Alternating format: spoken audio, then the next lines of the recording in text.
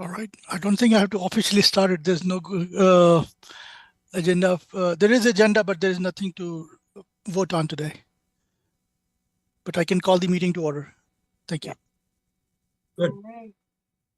Well, thank you. So today we wanted an opportunity to begin the conversation related to planning the strategic plan for HOCP. As discussed in prior meetings, HOC has made its way through the strategic planning process and is now at the stage of considering implementation. This is the prime time for the nonprofit to also take the information we've learned through that process and think about its next 5 years or a strategic plan as well. What I'd like to do is, and AJ, if you can pull this down and pull up the PowerPoint, we've disseminated materials in advance. We understand that you've had an opportunity to review some of these materials. If you'll go to the next slide. We are going to take this recording and send it to other members, but we wanted to just have some opportunity for some deliberation in this meeting and then continue and have further discussion at a subsequent meeting with more members.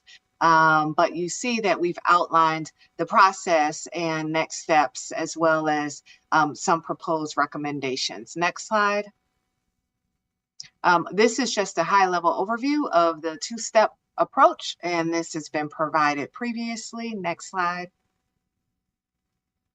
And this just shares really all the data we receive. So when asking questions or trying to seek understanding about what customers want and what they said, we definitely did get a lot of feedback from people on the waiting list as well as our current clientele. One of those big points of feedback was that they want to know more about what we have to offer, and the people who participated in our programs rated them fairly well and thought that they were very successful and helpful for them. Next slide. We are, of course, we took on taking a lot of research so that we can make that informed decisions with the strategic plan. Next slide. And this just gives a high level overview so we understand who we're serving in this county. Obviously, you all are very familiar, but majority of people that we're serving are people of color, and 41% speak a language other than English at home. Next slide. And this is also a really helpful slide that I think will also tie into the recommendations that Davida will point to, and if needed to can solicit back. But this slide allows us to understand who are we developing these services for, and you will see there's really a full continuum, and this is, I think, tying into the recommendations that will come from Davida in her presentation. Next slide. This shares, and this is for your reference, how we receive the resources to support our programs, the federal government, the state, and the county's role. Next slide. And this reflects the new vision and the mission, as well as the core values. Just highlighting here that the commission did find it important to ensure that the vision and the mission tied to the resident services that we offer, trying to ensure that we allow people resources that will help them reach their fullest potential and strengthen families with their personal and economic growth. So you will hear that theme as it pertains to the type of programs that are being recommended. Next slide. The three areas: expanding affordable housing, enhancing the lives we touch, and excelling as a world-class organization are the three strategic priorities. Next slide. And each of them goes into various objectives, and I will move us along. Next slide. This gets into really our housing objectives. Next slide. And gives more information in regards to what that pipeline looks like in the future. You'll note that we already have a pretty robust portfolio. Definitely. You will see that it will continue to grow. So as we think about how we serve those families, these developments primarily are mixed income developments, but this is where we're headed. Next slide. And this is where it really does tie into the work that we're advancing through the nonprofit support and enhancing the resident services, enhancing these partnerships. You'll hear Davita talk about this. This focus on wealth creation and home ownership to further housing equity is an area of focus, as well as making sure that individuals on our wait list have access to these resources. Next slide. And as Davita mentioned, or as we've mentioned before, one of the key feedback loops was that the programs you offer are great if we know about them. And this is what we want to learn more and more. And I think this is probably a good segue, Davita, to turn to our Vice President of Resident Services, Ms. Davita Rowley-Blackman, to take it from here. Sure. Good evening, everyone. Great to be here with you all today. I think we can advance to the slides where we really start to get into the ideas around what we might be able to do. If we can just go forward. Continue forth, please. Continue going. There's a section where we have about questions, and then directly after that, the very next slide, we'll get into the actual ideas that we are proposing. But as you saw with regard to the demographic that we're serving, want to be reminded that although Montgomery County is really afforded opportunity as it relates to income and advancement for most of its residents, you probably saw that there is a large gap when it comes to HOC customers with an average income of $22,000. And just a reminder that we are servicing the most needy residents in the county. And although the county does have great services, they are limited. In many cases, they may not contain the full scale of what we're proposing to offer here. Our residents do tend to need a lot more support in being able to get through those programs and may even be screened out of programs like at Perscolas and other sort of high entry point programs where they just need a little bit more support to be able to get through. So that, I hope, answers some questions around what the county is doing as opposed to where our role should be. And why are we focusing on these sorts of programs? Definitely want to try to start addressing the equity gap as it relates to income, but also as it relates to population. So currently, the funding that we have really supports young people, specifically elementary school, middle school youth, and that's great. And we definitely have some, at least anecdotal feedback about the impact of those programs. I think in this landscape, it is tough to see the benefit right away. And it does take many, many years for those young children to get to high school, to get to college, for us to have that success story that we can say, yes, these programs were impactful. So it does require what I would say some patience in terms of waiting to see the yield of those. But I also think one thing it brought up for me as you all were sharing your feedback initially is ways that we can continue to follow those individuals as they progress through these different stages in their life, and making sure that we build into our tracking a way to sort of follow them through those various age groups so we can get those impacts. So that is a goal of ours. But across the nation, typically when we're talking about individuals with low income, we are thinking about wealth generation. We are thinking about ways to break the intergenerational cycles of poverty. This is across public housing authorities all throughout the nation. And so thinking of how we can bring sort of that framework here to give some meat, if you will, to what we're doing so that it's not so disparate and that we really have something that we can focus on and rally around. It really makes sense for us to be able to do this for our residents. And I think we do have a responsibility as a PHA to really think of how to support residents in this way. So one of the models that is just popular in the space right now is the cradle to career model. It's really focused on economic mobility. It really ties in that impact and those outcomes where you can track how many people are being employed, what incomes are they being employed at, how much were they able to raise their income, how much were they able to improve their credit, really thinking of those hard outcomes that I think you all are interested in and we're absolutely interested in. Also expanding and diversifying programming to ensure that we are equitably servicing all age groups. And although the model is cradle to career, I would say for HOC it's probably beyond career, because we are wanting to still continue to support our seniors and really think about services for older adults that will help them to remain stably housed and be healthy. So definitely tracking and evaluating those outcomes, being able to assess the impact, the scalability, the sustainability, with the thought that although these programs might start within HOC and HOCP, we could certainly be having conversations with our partners, right? There's a big partnership aspect to all of this. None of this can be done alone because we're not the subject matter experts when it comes to implementing economic mobility programs. It would rely on us getting strong partners in that can help us to do that work, but all with the thought that in the end, that impact will be well worth it. So these ideas that have been laid out are really just for us to think. We don't have to do all of them, right? So it's really thinking about which of the ideas we think will be most viable, maybe thinking about which years in the 5-year plan we would want to sort of launch these different programs in, and how we would sequence them. All of that work is yet to be determined. We did propose to break this into some smaller work groups focused on youth, on adults, on seniors, so that we could take deeper dives and start to get into that conversation, finalize what we think the programming should be, and when we think these programs should occur, and what we would require in order to be comfortable making an investment in these pilots, if you will. So all of that comes into play. We can move to the next slide and start to get into some of the ideas.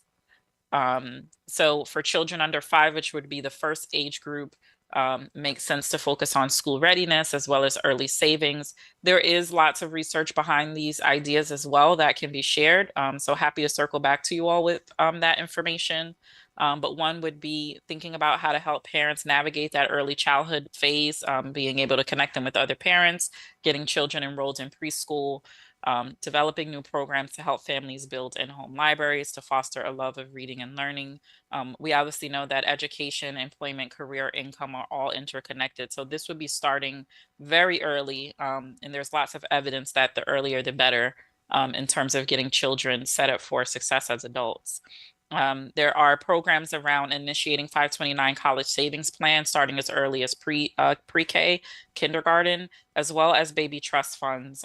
And we can think about providing match funding to pilot an initiative to really see if HOC families might be successful in programs like this, and what additional supports it might take for families to be successful in this space, with the thought that we could certainly use that information to share and educate the county or our other partners on how to build this into their programming.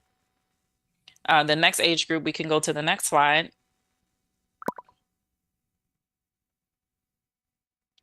would be for us to continue the existing programming for youth ages 5 to 14. So this is where we're already focused. A lot of the funding goes towards STEM enrichment. We do not propose to discontinue that at all.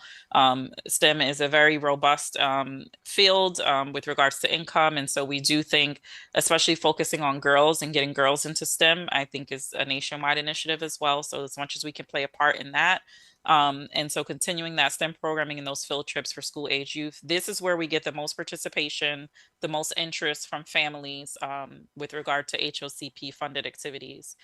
Continuing out of school programming, really thinking about maybe shifting away from after school programming and broadening the scope to out of school programming, which could mean days when MCPS is closed. It could certainly mean on the weekends. It could mean during the weeks when there's a full week where there's no school, holiday breaks, and the like. There's some successful programs that we already have, such as Piano Pals and the Community Foundation, that do not receive investment from HOCP and only take place at 1 or 2 sites. So since they are successful, really looking at how do we expand and build those programs and support these partners and taking it to more properties. And then we, of course, want to continue funding the annual back to school event, which has been very successful over the years. Next slide, please. The third age group would be high school age youth. We're really not focused on this population right now. This is probably one of the most vulnerable populations in addition to our older adults, and want to kind of create a full package or suite of programs that can happen concurrently for high school age youth. So one, helping them to explore multiple pathways, whether that be high wage industries, college, or becoming an entrepreneur. Really having a heavy emphasis on financial literacy, offering stipends. We know that the school system does not teach financial literacy. So this would definitely be a plus for us to bring in this component for our families who need it most. And I do want to say that I feel like in the county, because most people do not need these sorts of services, there tends to not be the presence of these services, but our residents do, right? They are in many ways from an income perspective behind the ball, not because of their skill or their talent, but just because of their lack of access. So I think we'd be serving the part of accessing, bringing that access to their doorfront, their doorstep, as far as bringing in partners that can offer these services, right? Incorporating internships and mentorships. We know that's a strong component of successful economic mobility programs. And this will help us to build a pipeline of youth for our tuition assistance program, as well as our Tony Davis Memorial Scholarship.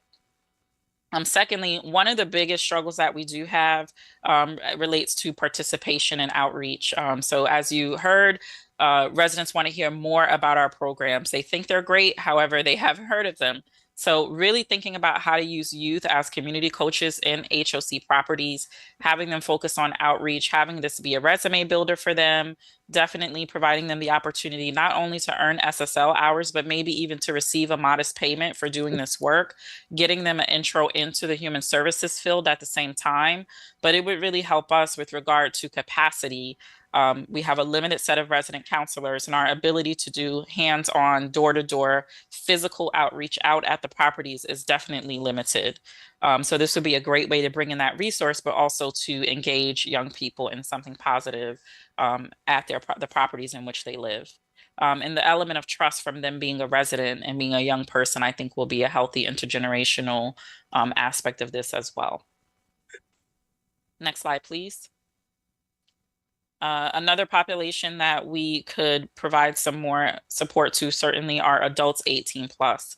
So thinking of community health, career advancement, and asset building. On the community health front, thinking of a new program to train young adults ages 18 to 24. So this is Have a Safe Flight, Alexandra. So this is after high school, right? What about those kids who may not go to college, right? May not have an interest in college or may not get accepted, may not have the funds to get into college. So thinking about that population, how could we maybe train them as community health workers, help them educate other residents, conduct health screenings, connect residents to physical and especially mental health resources, because we know mental health is a big need. Also, those who are employed, helping them with career advancement. How do you pursue a higher wage opportunity? How do you, shift away from retail entry-level jobs, low wage jobs, and really get yourself certification and training so that you can have a more stable income? And then asset building. So thinking about assisting adults, of course, in the home buying process, which is an explicit goal of HOC's strategic plan. And what role can HOCP play there with regards to preparation for that? And then last but not least, next slide would be our older adults age 60 plus. So there's quite a bit of partners, I must say, that are providing services to older adults. It is pretty spread out across the county.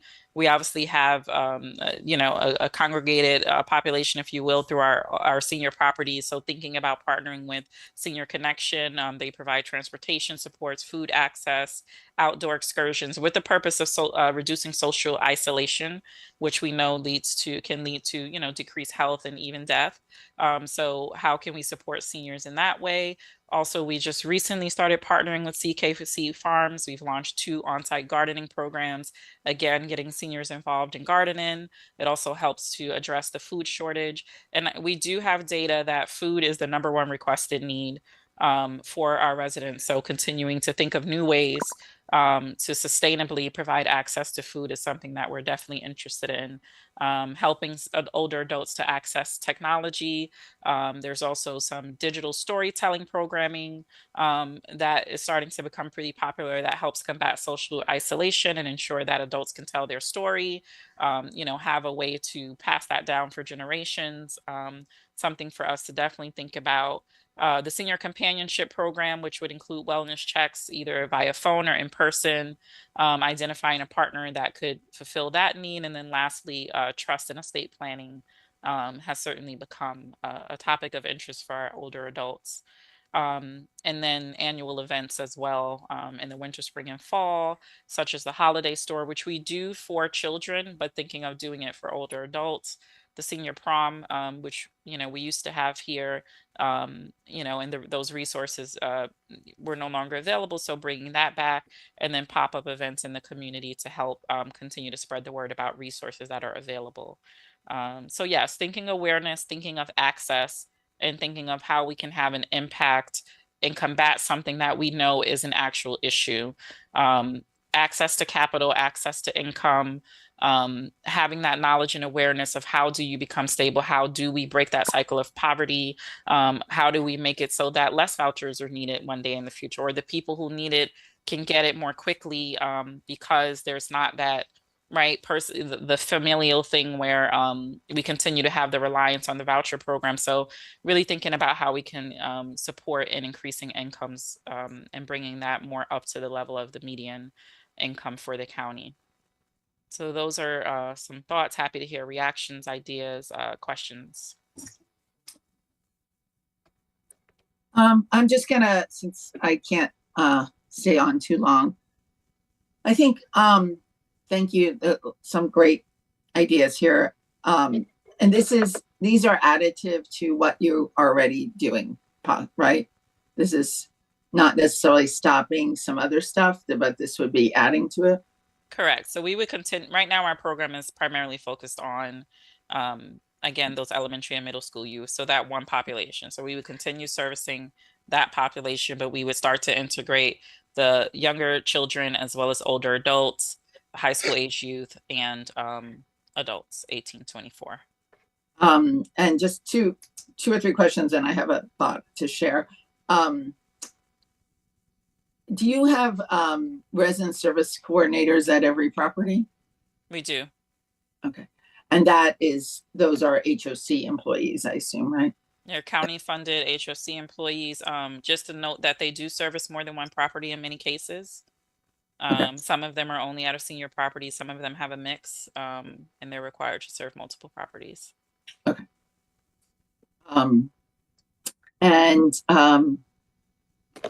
What is your take up on FSS in the county?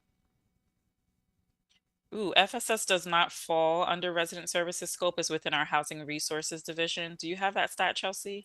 Yes, we have about 380 participants in our FSS program. Mm-hmm. And just kind of at it, I mean, not structurally, but like a lot of some of the examples in here would tie into FSS, and that is, you know, money that HUD is helping support, right? As far as any of the escrow, et cetera. Well, the FSS only applies to voucher holders. And so it sits underneath our voucher program, and it's supported through that program and those participants. These programs are for residents that reside in our various properties that might be funded through multiple different sources in terms of their units, or even what their status is in terms of connection to the agency. So this is just for my understanding, Chelsea, do you guys have any of those properties that have PBRA? Right, we do have PBRA. There's a goal, for example, we're working towards reaching our maximum with FSS. That would be a number, approximately 40 more residents, maybe 50 more residents that we could serve under the FSS program, but is not as far reaching as the programs that we're focused on. And then FSS, as you know, really focuses on adults who are, of course, seeking self-sufficiency, where the programs that we've been focusing on include youth and different age groups. No, right. I was just trying, I mean, because FSS can be used with PBRA, like if Montgomery Housing Partnership had a PBRA property that was, I don't know when I'm going to get out over my skis here.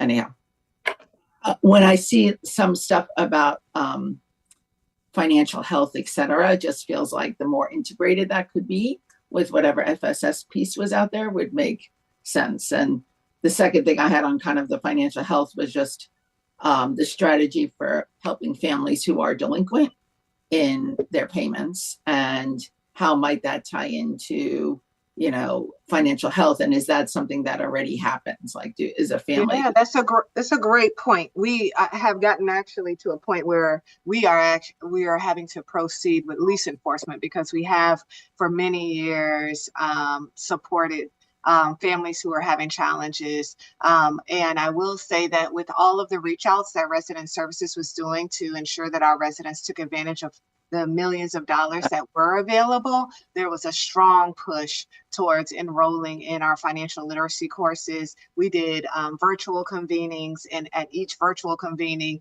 talk to people about how to gain access to all of the financial literacy we offer. And we also offer financial literacy to individuals on our waiting list. We have some pretty good partners, banking partners that help support our financial literacy programming. And so we've continued to work with families who have had those challenges, and then of course, refer them. And Resident Services does a great job with this. If someone is challenged, in addition to trying to help them find resources so that they don't lose their housing, also continuing to share information on the programs that we do offer. Yeah. So, I mean, I guess I just think, you know, the fundamental of economic mobility is housing stability. So thinking about how do you actually measure what all the things you're doing for housing stability as part of resident services and supports, and where are there still gaps there that you worry about, including, you know, credit reporting, whatever else you're doing there, like how does that package? I think it's probably challenging for us to see because we're seeing like a pilot, but without like, okay, housing stability, we're trying to do this. Then I think similarly, I guess I given the small grant budget, even if that tripled, it feels challenging to spread this so thin, right? And I think that's why I was asking earlier, like where's the county strongest, where is it weakest in serving the HOC population, but also where can the resident services coordinators, you know, prioritize? I'm sure they have they always have 10 more things to do than they have time. But, you know, for example, if there's decent senior programs and it's just about connecting folks, is that something where staff time could be prioritized more versus grant program money and initiatives? So I think the bottom line for me is just like, you know, I feel like it's so much to do with the resources that you have, and kind of choosing like, okay, it's readiness is really the place where we can make the difference, or it is, you know, kids enrolling in some post-secondary situation, but then it has to be like, actually, what do we think of all the population of all the kids who live in in HOC properties, and what percent are we reaching? That's how I think strategically I would rather see it like more narrowed and really trying to hit a few key issues. Or if it's food that's across everything, then how does that get really access? There's nothing in here that's a bad idea. I just think it would be great to get more targeted given the resources that are available. Yeah, I think the sub-work groups, if you all think that doing it by population is the right way to go, could be the space to get to that level of detail and really start thinking about what are, of these 5 programs that are listed here, what are maybe 1 or 2 that we think really make sense. But also keeping in mind that for HOCP, there's also this other role as like a conduit of grants, right? So it could also be a matter of seeking external funding from funders to do some of these programs. So maybe it's HOCP directly funding 1 or 2 programs, and then us over the course of 5 years thinking about how do we raise funds, or how do we find partners that have funding themselves, or whatever the case may be, to be able to make these things happen. And if there are certain items where we just don't think it's a fit and it isn't a space for us to tackle, we would remove those. So the thought is to start broad, and then through the sub-work groups, through the feedback, to really get this down to a slimmer list, like you said, that everyone feels comfortable with and that we feel like is achievable. But there'll definitely be a portion where, or there'll be a need for us to really think about how to get those additional staffing resources in as well. And so that could be, that definitely will be a part of this whole process over the next 5 years. Well, I apologize. I have to go, so I'm late for my next things. Well, thank you. But I will. Thank you. Thanks for the presentation. Thank you. Yep. Good. Thank you. Other thoughts or questions?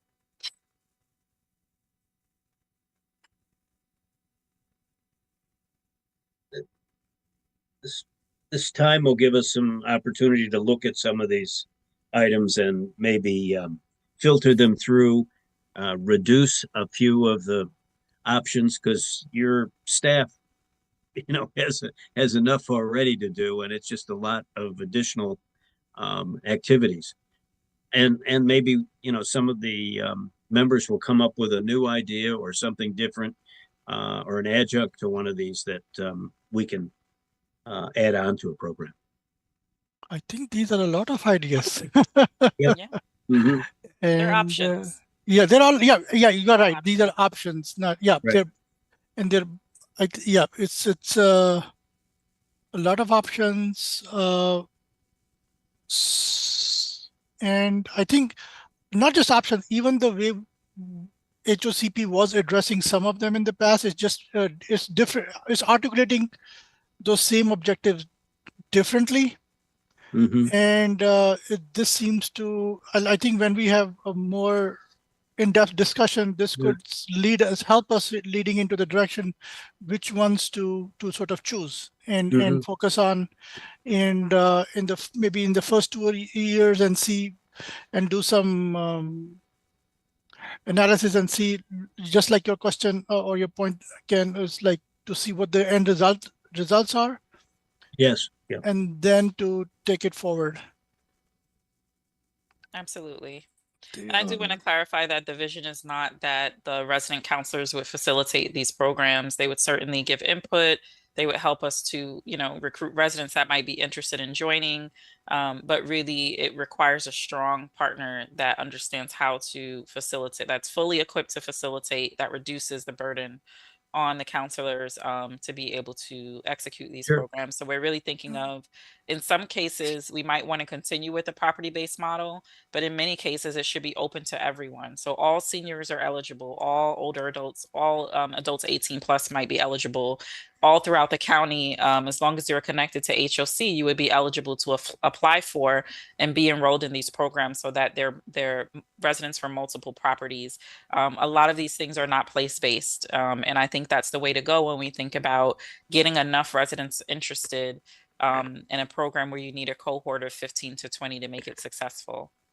And I know that 20 in many cases seems like a small amount, but over the years that does add up, and it is very impactful. And even helping 20 young people to be on the right path and have a great career is very impactful. So we should take pride in even 20, 40, 50 young people that are engaged, although I know it might seem like a small number.